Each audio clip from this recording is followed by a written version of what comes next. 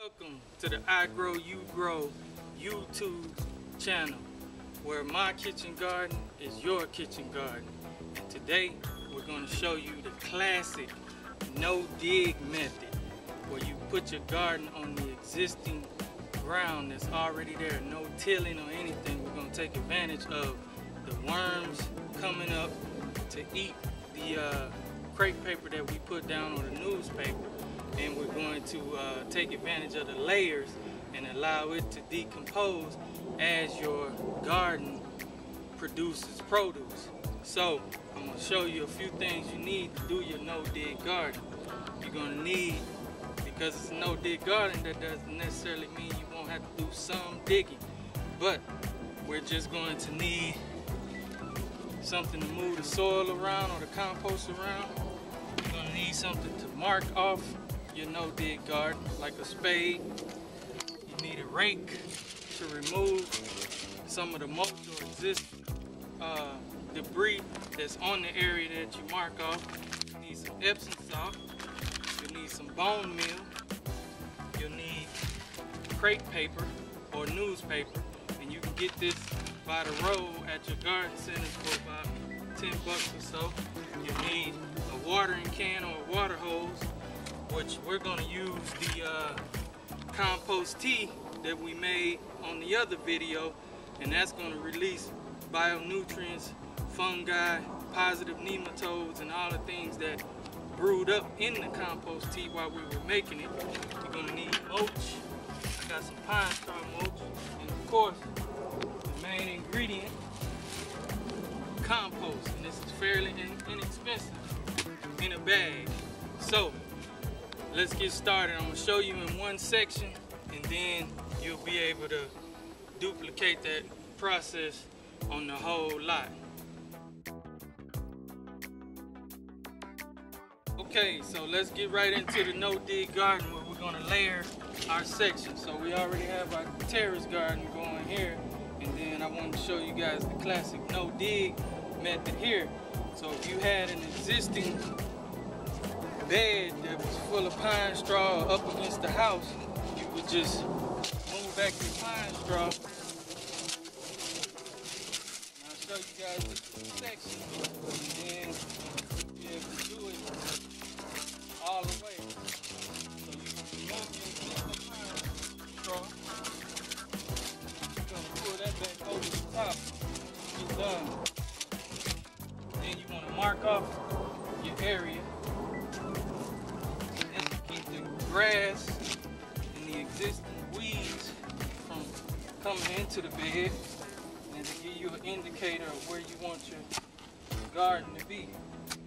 And I'm doing about an 18-inch strip here all the way down, and I'm going to build it up hopefully to about 4 inches deep, and then by the time the plant gets that deep, the worms will have come up and eaten into the crepe paper and tilled up the ground for me, and the roots will be able to go down into the existing soil.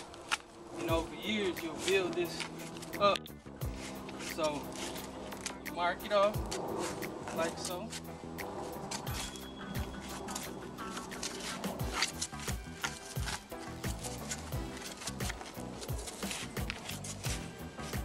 Then you want to get your crepe paper.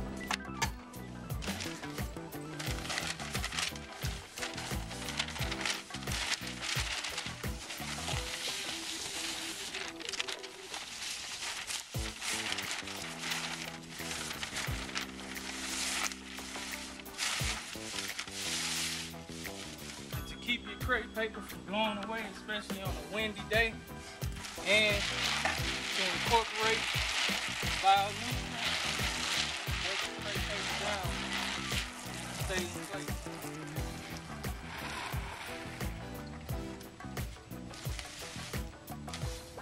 So we wet that down so it can stay in place. You also can use newspaper. So that's one layer. That's the layer that the worms are going to get to. And then where you want to put down your Epsom salt. Epsom salt adds magnesium, phosphorus, and minerals to the existing soil. Spread it liberally. Then you want to put down your blood meal. Blood meal is going to help add nitrogen and break down this crepe paper or this newspaper.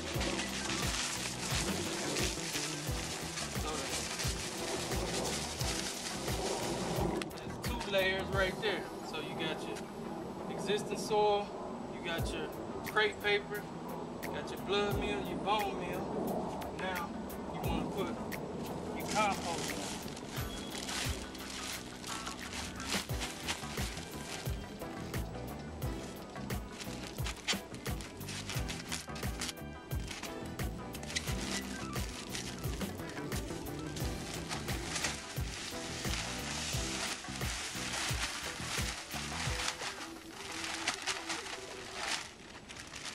So that one bag says it does about a cubic foot. Probably 2 bags, cubic foot.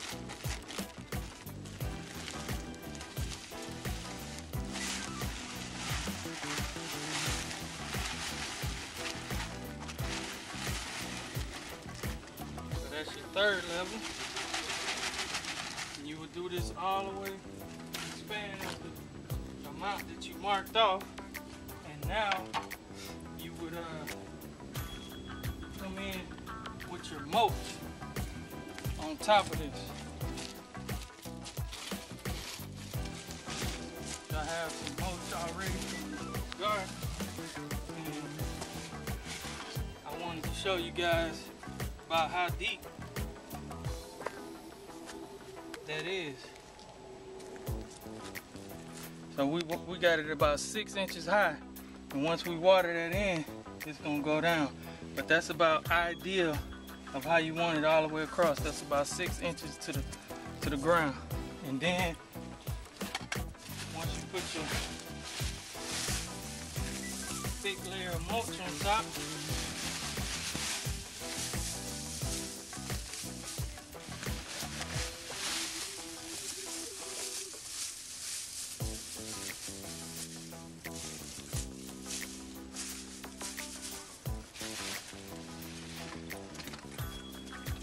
more compost tea, micronutrients in there.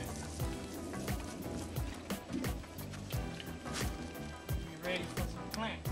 And I know I'm going to be putting tomatoes and okra and eggplants, and a good companion to all of those are marigolds.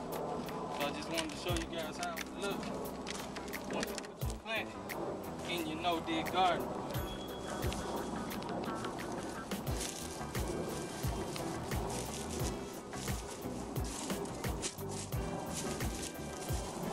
Then you would go with your tomato, your okra, your eggplant, so forth and so on. But that's right on top of the existing soil. We didn't do much digging. I'm gonna go ahead and finish out this whole thing and show you guys what it looks like finished. So that's my classic no-dig garden method. It's a lot of different ways you can do it. Some people add peat moss, alfalfa sprouts, more oak leaves.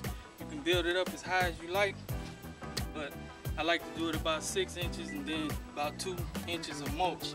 So I hope this helps you guys. And like I say, you can bring it right up against the house where there's already pine straw. Pull it back, build your garden, put your vegetables in, make it look aesthetic, flowers, and nobody will ever really know that you have a vegetable garden growing right along your house and you producing your produce. So let me get to work and I'll be right back.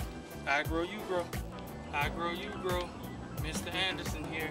A few things I wanted to show you guys about the no-dig garden that I forgot to mention.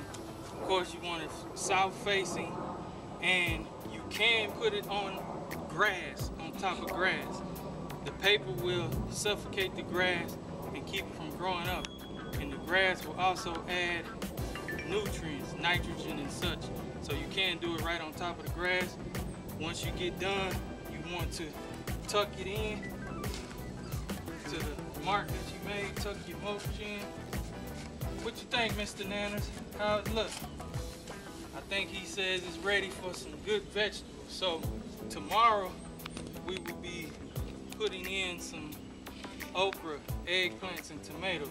And if you're wondering what these bottles are, I planted it before the frost date, my tomatoes and such, and I didn't want them to get chilly, so I created a cloach or something to protect the plant so that on a cold night it have its own mini greenhouse. If you can't get these, you can use water bottles, Gatorade bottles, 2-liter bottles, any plastic bottle so the sun can get through. So that's the No Dig Garden. I grow, you grow, where my kitchen garden is your kitchen garden. Fare ye well.